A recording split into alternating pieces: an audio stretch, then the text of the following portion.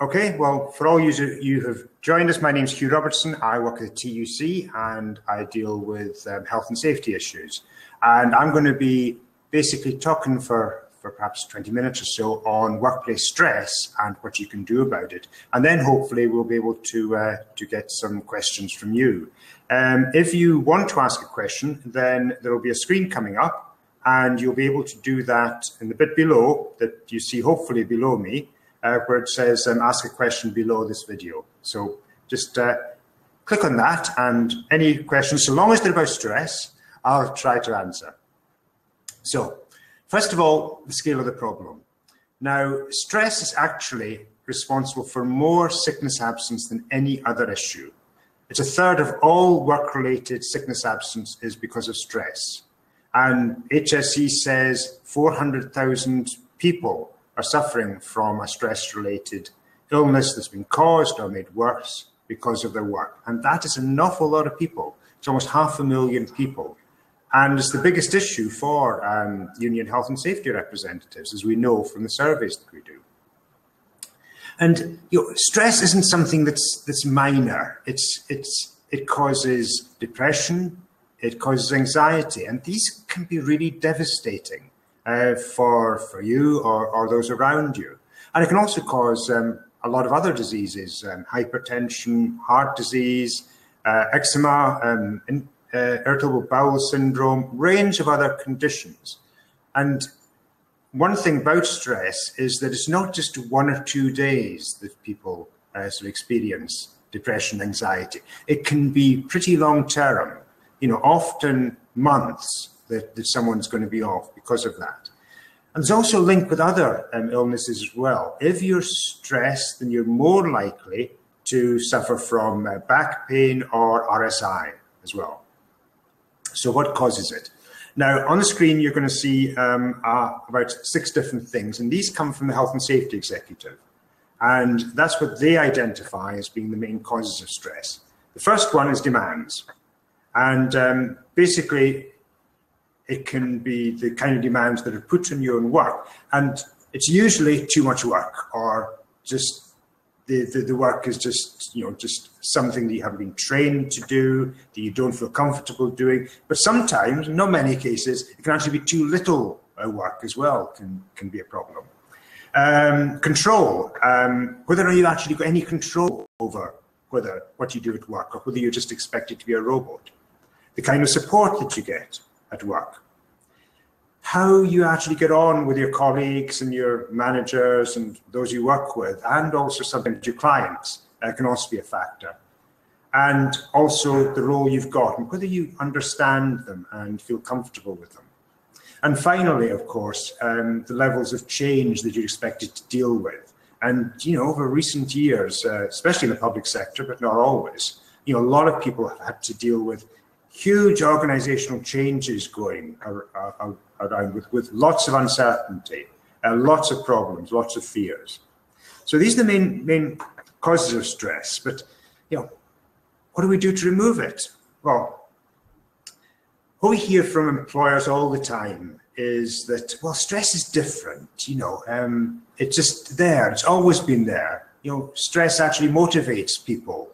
It's different from other health and safety issues. They're just sort of pretty standard things that we can deal with, like chemicals or electricity or whatever. That is utter nonsense. The idea that stress primarily is in your private life and only bits of it are in work, and you can't really separate the two.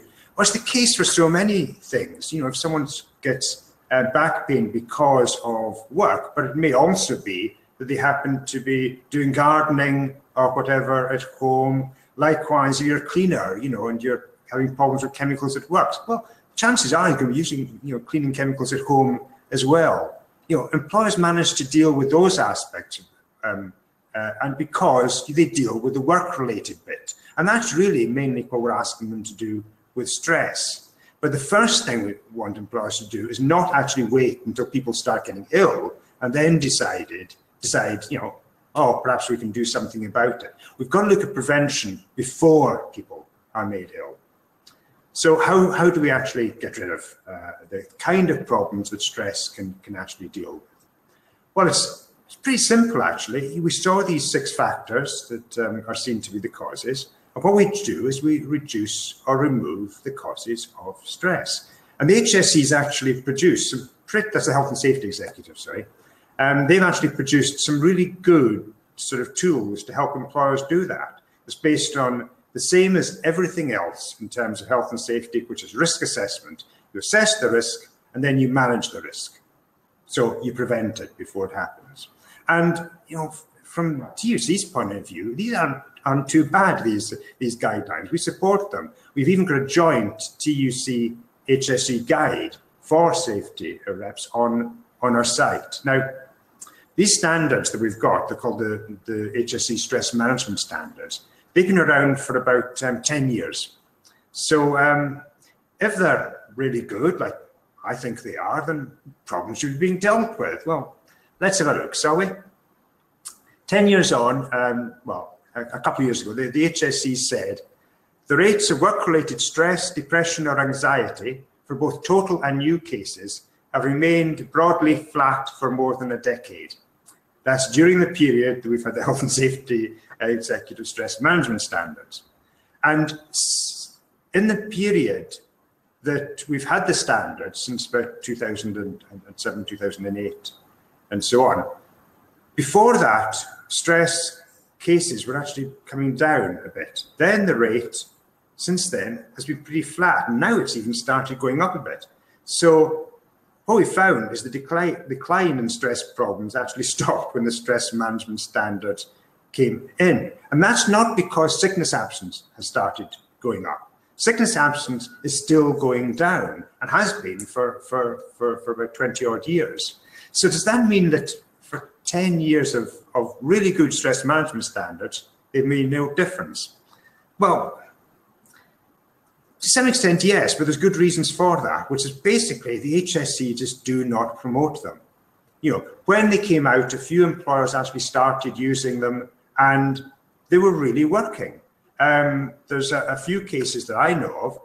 There's a NHS Foundation Trust in Blackpool where they reported that by using the standards, these interventions contributed to 40% reduction in cases of work-related stress. Aberdeen University reported that the average days lost per person due to stress reduced by 21% when they used them. Scottish Power also got a reduction when they used them. So we know that if they are used, they work, but they're not being promoted, haven't been updated, and basically employers are doing a lot of other things, which I'll come on to in a minute. So I think the main reasons for lack of progress are simply that the HSE doesn't enforce on stress, and it actually costs money to deal with stress because, you know, it's not just as simple as sort of, you know, removing some chemical and replacing it with another. But the HSE have actually recently, this year in fact, started to look again at its work on stress. And that's really good. But let's move on a bit to how you actually deal with stress, which is obviously the important thing for many of you who are watching today. Basically, you remove the causes. And the causes can be overwork, it can be the demands that are being put on you, it can be really bad management, and so on. Now, the problem is that to deal with it, it means that you have to look at your bad managers and say, you know, we're going to do something about it. We're going to increase staffing levels. We're going to make changes. But, you know, it's not really that different from how you deal with other risks in manufacturing and so on. But the problem is that your management with stress see it as being often in the too difficult box. It's too expensive, it's, you know, hard to manage. So it means that the real change you need, which is actually how management manages our staffing levels, they're not going to touch. And they can get away with it because if they do nothing, there's no repercussions at all. So why not? Employers have a legal duty to risk assess, and they've got to do that for stress the same as they've got to do that for everything else. It's the management regulations, and if there's a risk to the workers, they have to assess it and take action to remove that risk or reduce it to as low as reasonably practical. But the problem is the HSE don't do that. They don't prosecute. They say their approach is not enforcement-led. They want to support employers. Now, they can enforce, they can prosecute, they can issue improvement notices, they can issue enforcement notices. And they've never prosecuted, they've never issued enforcement notice. They have, about 10 years or so ago, issued a couple of improvement notices, but there's been none, certainly for the last 5 years, as far as I'm aware. So are employers just doing nothing then? Well, given the cost to them from increased sickness and absence, you'd think they'd at least be trying to do something. And they are, but not the right things from what I see. Instead of removing the causes of stress, what employers are trying to do is, rather than change the workplace, they're trying to change the worker. And this includes things like, stress awareness training, resilience training, well-being programs. Now, you've probably heard of these. You might even have seen some of them. You might even be involved in some of them. I think they're great, but let's have a look at them. First of all is, teaching people how to deal with stress awareness programs, support programs. Now, I've got no problems with employers supporting anyone with a stress-related illness. That's really good, and we want them to do that. But it's not an alternative to preventing people getting ill in the first place. You wouldn't get away if you're working in an abattoir, with saying, well, we're not actually going to bother about people getting too close to guillotines and knives. Instead, we're going to have this really great supply of elastoplasts over in the corner, and then deal with anyone who actually cuts themselves really, really quickly. That's not how you deal with it. Often, it's sort of there's employee assistance programs that people can have access to. They can phone up and, get sometimes, sort of 4 or 6 sessions of behavioral therapy and CN and so on, or stress awareness training, usually from private providers or consultants. But what that isn't going to do and doesn't do is reduce the number of instances of stress within the workplace. And, there's very little sort of connection between these programs and the prevention that we so dearly need. Then, of course, we've got resilience. This is a pretty new thing, and it's coming quite common. Basically, the idea is that we're going to harden us up to stress, right?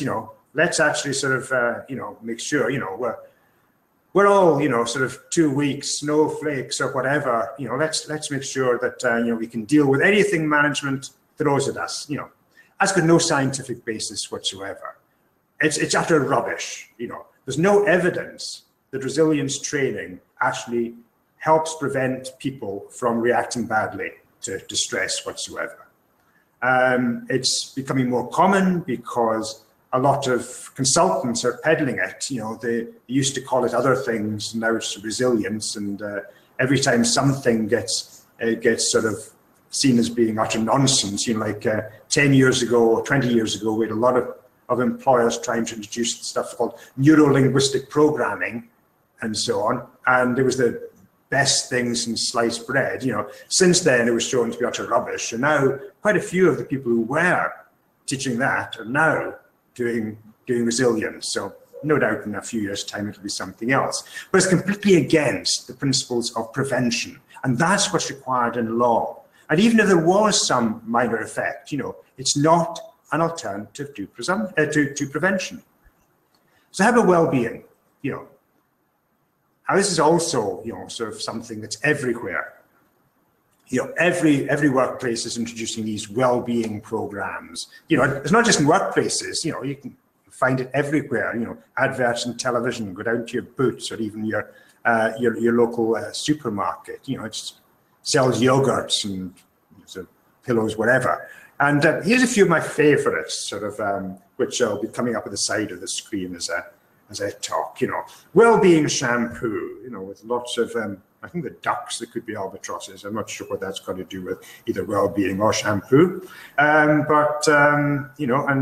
Twining's well-being tea bags, what a tea's got to do with well-being, I don't know, but jasmine and mint, I think it is. Oh, it's called mint humbug, very appropriate. How can you not have this? It's wellness chicken and lobster formula cat food. Now, for anyone who wants it, and this is a little advert, it's you can get it in Amazon UK, 24 cans for £74.05. Plus, if you look at the small print, another £87.69 for delivery. Well, I went to my local Tesco's yesterday and had 24 pouches of its own brand cat food for £4. I know my cat's getting anyway. And the next one I found in a supermarket when I was on holiday in the Balkans, and it's Jaffa cakes, wellness Jaffa cakes. My partner said they tasted a bit like cardboard, but my all-time favourite, and I saw this in Homebase a couple of years ago, and I couldn't resist it. It's well-being paint. They've even trademarked the name well-being. There's a little trademark beside it. So as you see, sort of well-being sort of means a lot of different things to a lot of people, from chocolate-coated cardboard to cat food to a sort of greeny paint. And, it's the same in the workplace. It can range from on-site massage to subsidized gym membership. And the thing is, a lot of them are actually really good things. Our members like them. Members, unions often support them. We've had stuff, in my workplace, which is seen as well-being, sort of Pilates class, which I put on, a couple of other things. And we often want to get involved in these. There's a TUC guide, in fact, on well-being in the workplace on our website. But they still focus on the individual and not the actual underlying problem. And however good they are at making people feel good, which is great, they do nothing to actually prevent stress. And that's what's important. If work makes people ill, what you do is you don't change the workers, you change the workplace, right? And well-being, and I'm not knocking it at all, as I said, we've got a guide to it, it's not a substitute for stress prevention. And that's what's important. That's what's going to stop people getting ill through anxiety, depression, and so on. But you don't have to ask me. Let's ask one of the experts. This is from someone called Martin Temple, and it says, "Those who promote well-being in the workplace should not allow it to be confused with health and safety requirements." Now, Martin Temple at the time was the chair of an employers' organisation, one of the main ones, called the Engineering Employers Federation. And since then, he's become the chair of the Health and Safety Executive, which may explain why, since he became chair, they've actually started doing a bit on stress. So what can you as a union representative actually do? Well, here's a few things coming up. I mean, the first one is actually making sure that your members, those you work with, are actually aware of the importance of stress as an issue. That they're not going to see it as being, something that is their fault if they actually suffer from a stress-related illness. We've also got to try to help break down a lot of prejudices around stress and people who develop a stress-related illness. The idea that they've got sort of, I've heard things like, eggshell personalities and stuff like that. Or, once you've had a stress-related illness, well, that's it, you're effectively on the scrappy for future promotion. We've got to stop that kind of nonsense about, people who are made ill because of their work, then, having to suffer for the rest of their life. You can survey your members. You can do it jointly with your employers if you like, or just have a union survey, which is also a good way of raising awareness. Then once you've got that kind of information about, being able to show that it is a bit of a problem, ask management, what their plan is for dealing with it, preferably using the stress management standards, which are on the HSE website. And if they refuse, then ask to see the risk assessments they've done, which they've got to do by law. And safety reps, I'm sure you all know that. And then sort of challenge them and say, well, why doesn't that include stress? Or if it does include stress, why aren't you doing something about it? This is the information. These are the number of people who claim that they're suffering from stress. You've got a right to these risk assessments and to challenge them as a union health and safety representative. And then, of course, another thing, which is you've got to support your members who are actually suffering from stress-related illness. And the TUC's got a number of resources that are going to help you do that, including a TUC education workbook on how to support members who've actually got either stress-related illnesses or other mental health issues, which may or may not come from stress. So, just to sort of bring this together, stress shouldn't be seen as being different from any other hazard. What you do with a hazard risk is that you remove or control it through risk assessment and risk management, and then prevent it from happening again. It's the same whatever the hazard, whatever the risk actually is. And we shouldn't see stress as being somehow different. It's not a matter for HR, while all the rest is a matter for the health and safety officer, as happens in so many organizations. See it as part of the risk assessment process. See it as part of your job as a health and safety representative. And then the thing is that your employers actually, they don't have to just do a risk assessment. They have to actually act on it. Because, the solution is actually, a lot of it's about decent work and not treating people like robots, treating them like human beings. We want good jobs. We want to actually have a bit of control over what we do. We want respect at work.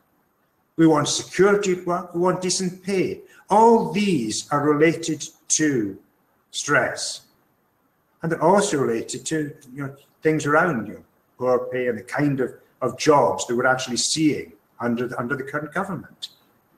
But we also have to say, it's not just the responsibility of employers to them, mainly their responsibility, they're the ones that are causing it, but also, I'm afraid the enforcing authorities, they've also got to take a bit of the responsibility here. They've got to prioritize stress prevention, and they've got to start prosecuting employers who consistently ignore their legal obligations. I'm not saying we want every employer to be banged up in prison or in court, but basically, a few where they're completely destroying the lives of their workers, would actually start to at least focus the minds of all the other ones. And it's high time we actually had some high-profile prosecutions from HSE or local authorities. And finally, we have to support those who are victims of their employers' negligence. We've got to work with employers to ensure that there is support for workers who are made ill as a result of stress. And also, we have to show that the union is there for them through these difficult times. Well, thanks for listening. I hope it's been useful. What I'm now going to see is what the actual questions are. And someone's going to click on some of the buttons on my computer, and hopefully, as if by magic, the questions are going to come up.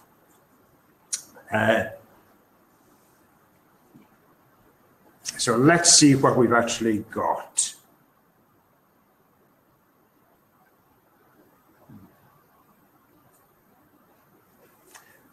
I'll ignore the first one, which was, am I using facility time in this webinar? But I don't think that was intended for me. So I raised the issue of stress with my employer. They did respond by setting up a well-being committee, but it didn't include anyone from the union. Instead, the appointed 4 champions. Yes, well, this is really what I said, isn't it? Employers, rather than actually deal with a hard issue, what they do is they do see it as a well-being issue, and the best thing to do is have all these well-being initiatives. And there's a bit of a sort of opt-out for them, because well-being, of course, they see as not being responsibility of health and safety reps. So they go and appoint these champions, as this person had, and they're not union people at all, and they're not responsible to anyone apart from the employer, which says a lot, and means that what you're going to do is get what the employers actually want anyway, because these champions aren't going to be trained independently like health and safety representatives are. They're not going to have the support of their union. They're not actually going to know any of the critical stuff around what their employers are doing. Let's take another one.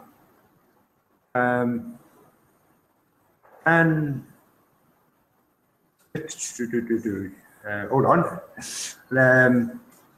In which areas of industry do we find the highest levels of stress, and why is that so? Well, there's a lot of evidence on stress levels, but and a lot of it is self-reported, and sometimes it's quite surprising. People used to identify stress with sort of managers as being the ones that actually got it. Well, in actual fact, the statistics show that actually is utter nonsense. And there's some very high rates in groups like construction workers, for instance, especially nowadays. But it's not just that. Among the biggest areas where that a lot of the statistics have shown have been social workers, teachers, and other areas. And often it's those who find that traditionally their jobs were very professional and they consider themselves to be very professional, but the room for maneuver and control has been reduced and been reduced and reduced to almost a lot of it being form ticking and so on. And it just shows that a lot of what the HSE said in terms of the causes of stress really are borne out by a lot of the areas which do have the higher levels of stress. But it's important not to generalize and say, well, I work, I'm an husband then, but I work in a shop, so I'm not in a high profile, high stress job. In actual fact, within shops, there are a lot of problems with stress, especially given a lot of the new measures that have been taken and introduced in the warehouses and so on. So it's not a question of which industries are at the highest level. Let's look at your industry, look at the workplace you are in, and find out what the problems actually are and which groups they are, rather than just look at the statistics and make generalizations, because every workplace is different. And the important thing isn't what industry you're from, it's what employers are actually doing. Let's take another one, because we've got a couple of minutes. After personal situation, and I work. It disappeared. The one I was reading out. It looked quite an interesting one. And basically, the person was saying that, from what I read, was that they'd been signed off for 3 months, and then when they came back, their employer sort of treated them differently, and basically sort of implied that, well, yes, we're going to look after you.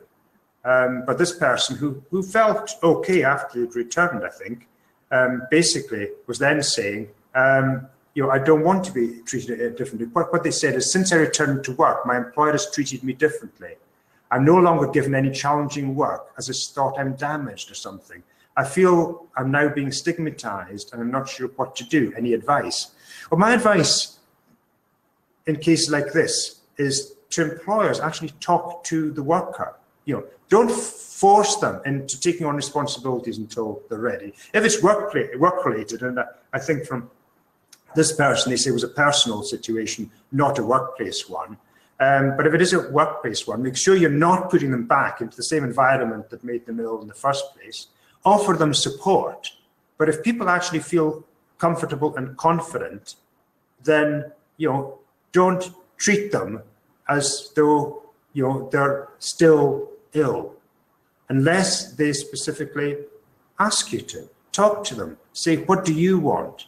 You tell us when you're ready, rather than actually sort of permanently treating them as though they're sort of what I think this person said was damaged goods. That's the wrong way to do it. For me, the best thing you can do is actually talk to staff when they come back. Make sure you're not pushing them, but also make sure you're not patronizing them and just sort of keeping them in low-level tasks while they're clearly capable and wanting to do more.